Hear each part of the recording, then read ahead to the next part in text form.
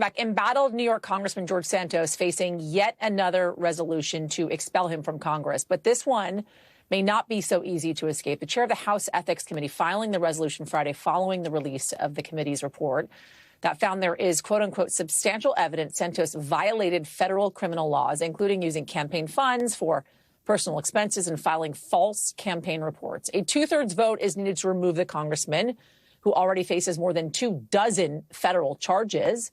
After the report's release, Santos posted a lengthy entry on social media blasting the committee, but announcing he will not seek re-election for a second term next year. I want to bring in New York One Washington correspondent Kevin Frey to talk more about this. Kevin, thanks for joining us on this.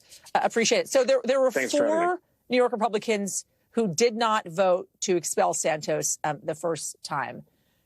Two now say they will, in fact, vote to expel them. What are the other two saying, especially Elise Stefanik here, and the odds that, in fact, he'll be expelled this time around?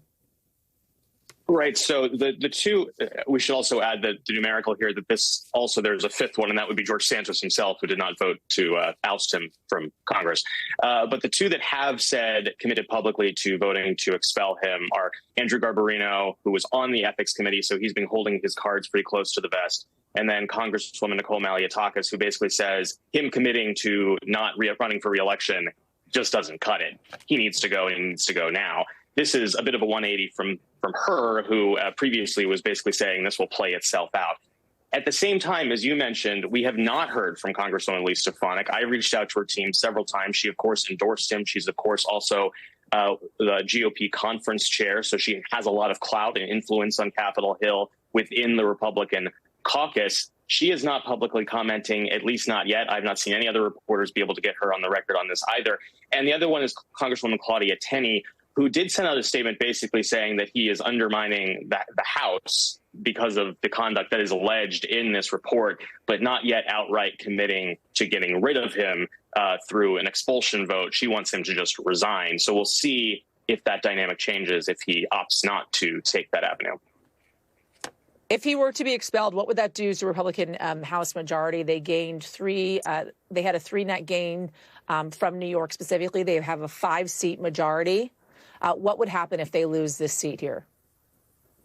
Yeah, look, I mean, the pathway to control of the House was not secured through New York State in 2022, but it's certainly the road was paved for the House GOP majority. And so this is one of those districts. There are 6 in total across New York that Biden won in 2020, that then a Republican came in and won in 2022. This was a +8 district for Biden, and then swung to a +8 district for George Santos in 2022. So some Republicans, perhaps they're just putting on a brave face, like Congresswoman Malliotakis, suggesting we might be able to hold on to this. But think of the dynamics of this seat. This will, it's certainly, at least a Cook Politico report, for example, painting it as a lean Democrat right now. Sabato's crystal ball putting it as a toss-up.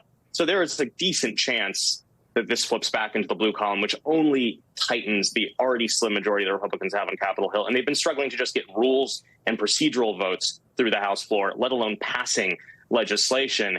And you know the dynamics of this race, were there to be a special election, will only be intensified by the fact that people like Congressman Hakeem Jeffries, who lives not too far away, are going to be tagging the Republicans as the party of George Santos and Marjorie Taylor Greene, as he has been. And the elephant in the room, pardon the pun because he's a Democrat, is Tom Suozzi, the former congressman for that district, is likely to be one of the candidates, if not the Democratic candidate, if there were a special election. He's the former congressman there, former county executive. So he has clout in that district and certainly a lot of name recognition. Kevin Frey for us. Thank you, Kevin. Appreciate it. We're going to be watching what happens here with George Santos.